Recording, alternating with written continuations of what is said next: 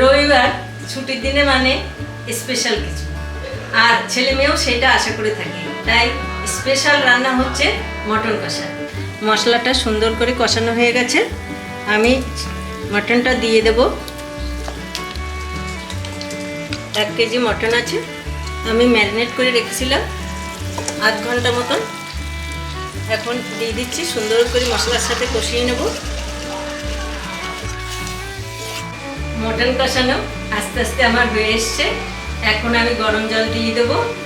আর আজ দেখবেন আত্মীয় আসলে আর আত্মীয়র বাড়ি খেলে আমরা ছোটোবেলা থেকে জেনে এসেছি ভালো মন্দ খাওয়া হয়।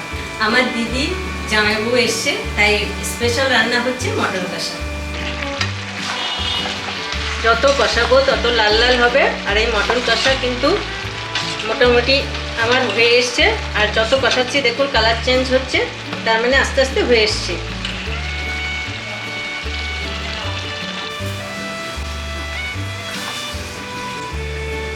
মটনটা আমার কষানো হয়ে গেছে, আমি গরম জল করে নিয়েছি। এখন আমি গরম জলটা দিয়ে দেব।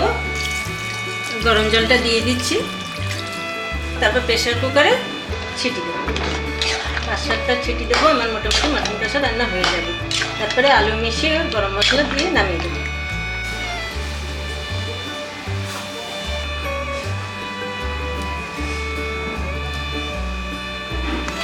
চার 5টা ছিটি দেবো বলে তুলে দিচ্ছি।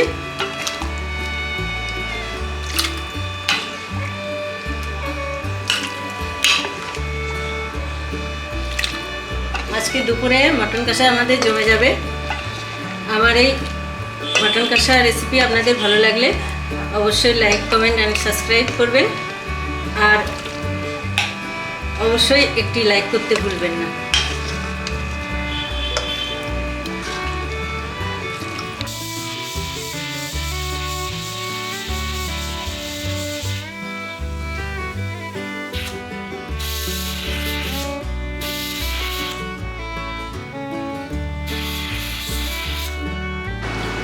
দেখুন জমে উঠেছে খাসির মাংস, লাল লাল খাসির মাংস।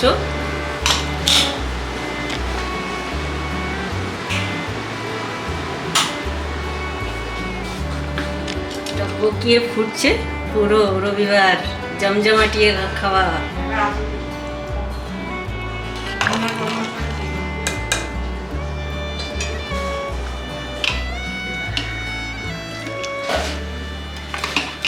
দারুণ হয়েছে। এখন আমি কড়াইয়ে আলুটা মিশিয়ে সেদ্ধ করে নেবো, একটু ফুটিয়ে নেবো।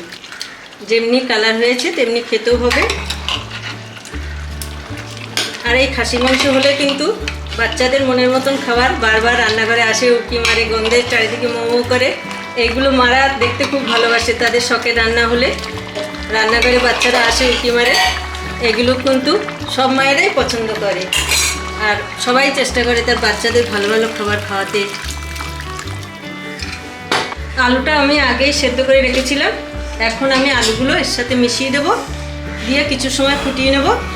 একে একে আলুগুলো দিয়ে দিচ্ছি।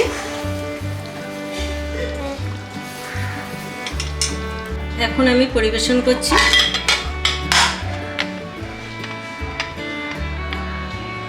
পরিবেশনের জন্য রেডি, মটন কষা আমার তৈরি।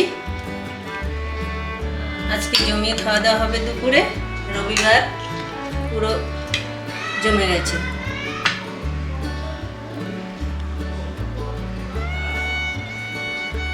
এখন আমি এন্ড করছি। আমার মটন কষা রেসিপি আপনাদের যদি ভালো লেগে থাকে তা অবশ্যই লাইক, কমেন্ট অ্যান্ড শেয়ার করবেন, আর সাবস্ক্রাইব করতে ভুলবেন না। Thank you for watching.